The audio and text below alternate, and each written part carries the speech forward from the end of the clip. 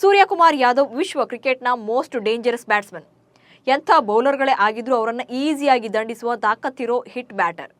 Chewing gum ಜಗಿಯುತ್ತಾ ಅಷ್ಟೇ ಈಸಿಯಾಗಿ bat ಬೀಸುವ ಮಿಸ್ಟರ್ 360 ಡಿಗ್ರಿ ಖ್ಯಾತಿಯ ಸೂರ್ಯಕುಮಾರ್ ಯಾದವ್ ಬ್ಯಾಟಿಂಗ್ ನೋಡೋದೇ ಚಂದ. ಇಂಥ ನಿರ್ಭೀತಿ ಬ್ಯಾಟ್ಸ್ಮನ್ ಬಗ್ಗೆ ಶಾಕಿಂಗ್ ನ್ಯೂಸ್ ಒಂದು ಹೊರಬಿದ್ದಿದೆ. ಗಂಭೀರ ಗಾಯದ ಸಮಸ್ಯೆಯಿಂದ ಬಳಲ್ತಾ ಇರೋ ಸೂರ್ಯಕುಮಾರ್ ಯಾದವ್ ದುಲೀಪ್ ಟ್ರೋಫಿಯ ಮೊದಲ ಸುತ್ತಿನಲ್ಲಿ ಆಡೋದಿಲ್ಲ.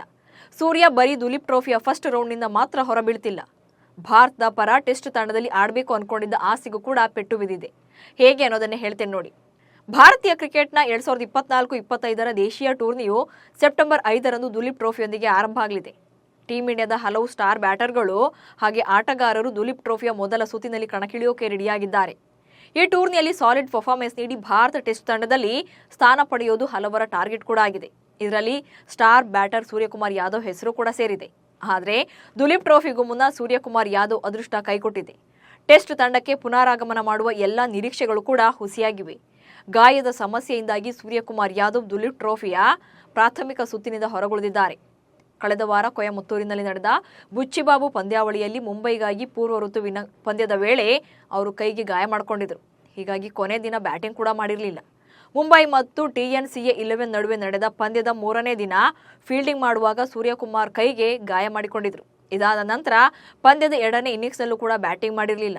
ಗಾಯದಿಂದ ಇನ್ನೂ ಕೂಡ ಚೇತರಿಸಿಕೊಳ್ಳೋಕೆ ಸಾಧ್ಯವಾಗಿಲ್ಲ. ಹೀಗಾಗಿ ಸೂರ್ಯಕುಮಾರ್ ಅವರಿಗೆ ವಿಶ್ರಾಂತಿ ತೆಗೆದುಕೊಳ್ಳುವಂತೆ ಸೂಚಿಸಲಾಗಿದೆ.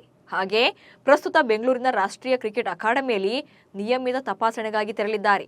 ಸೂರ್ಯಕುಮಾರ್ ಇತ್ತೀಚೆಗಷ್ಟೇ ಭಾರತ ಟೆಸ್ಟ್ ತಂಡಕ್ಕೆ ಮರಳೋ ಆಸೆಯನ್ನು ಹೇಳಿಕೊಂಡಿದ್ರು. ನನಗೆ ಟೆಸ್ಟ್ ಕ್ರಿಕೆಟ್ನಲ್ಲಿ ಆಡಬೇಕು ಎಂಬ ದೊಡ್ಡ ಆಸೆ ಇದೆ ಎಂದಿದ್ರು. ಇದೇ ಕಾರಣಕ್ಕೆ ದುಲೀಪ್ ಟ್ರೋಫಿಯಲ್ಲಿ ಉತ್ತಮ ಪ್ರದರ್ಶನ ನೀಡುವ ಗುರಿಯನ್ನು ಹೊಂದಿದ್ರು.